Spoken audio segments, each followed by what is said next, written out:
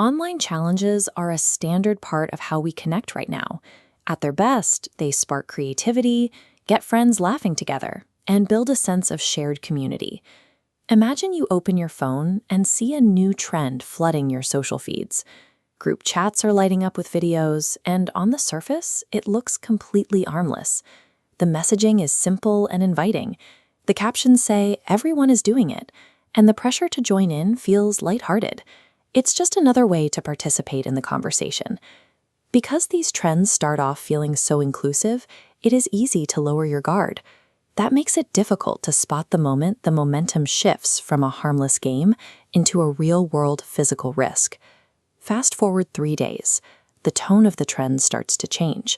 The playful invitations disappear, replaced by a much more aggressive kind of peer pressure.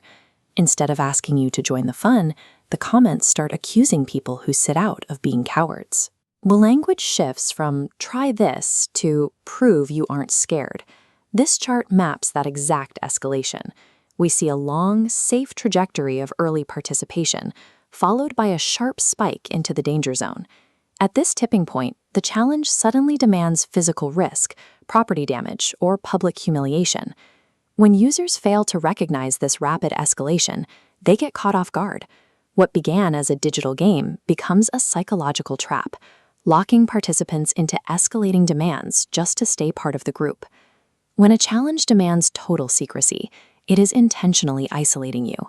If a prompt tells you to keep your participation hidden, the dynamic has shifted. Dangerous trends rely on this secrecy to survive. They specifically instruct you to hide your actions from parents and teachers, because adults would recognize the physical danger and shut it down. Next, these trends weaponize the fear of missing out. Even if you start feeling uncomfortable with the task, the threat of being excluded or mocked is used to force you to continue. Using secrecy and threats of exclusion confirms that the activity is deliberately trying to bypass your common sense. Identifying these hidden psychological triggers is the first step towards safety. Once you see the manipulation for what it is, you can disarm the trend before anyone gets hurt. Let's go back to our scenario. You are holding your phone, the pressure is on, but right before you hit record, you hesitate. This flowchart breaks down 4 specific questions that filter out the risk before you take any digital action. First, ask yourself, could someone get injured doing this? Second, could this damage someone's physical property or reputation? Third, would I still do this if my parents or teachers were standing right next to me? And finally, am I only considering this because I'm afraid of being laughed at? A yes to any of these questions marks an activity as an active threat. This is the moment to walk away.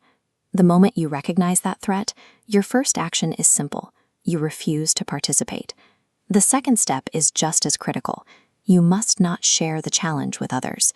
This applies even if your goal is to make a joke or to mock how ridiculous the dare is. This network map illustrates algorithmic blindness. Social media recommendation engines cannot distinguish between ironic sharing and genuine promotion. Any engagement increases the danger by pushing it into the feeds of more people. Because algorithms reward any attention, breaking the chain of sharing is a matter of personal responsibility. By refusing to engage, you actively prevent the spread and protect others from harm. Instead of sharing, you need to safely preserve the evidence. Take a screenshot or save the link to the harmful post or message. Then, take that evidence straight to a twisted adult, like a parent, teacher, or school guidance counselor. Reporting a threat is an act of community protection. This level of responsibility prevents a digital trend from turning into a real-world tragedy. True digital leadership involves using the independent critical thought required to say no. Choosing to walk away serves as a primary defense for your entire digital school community.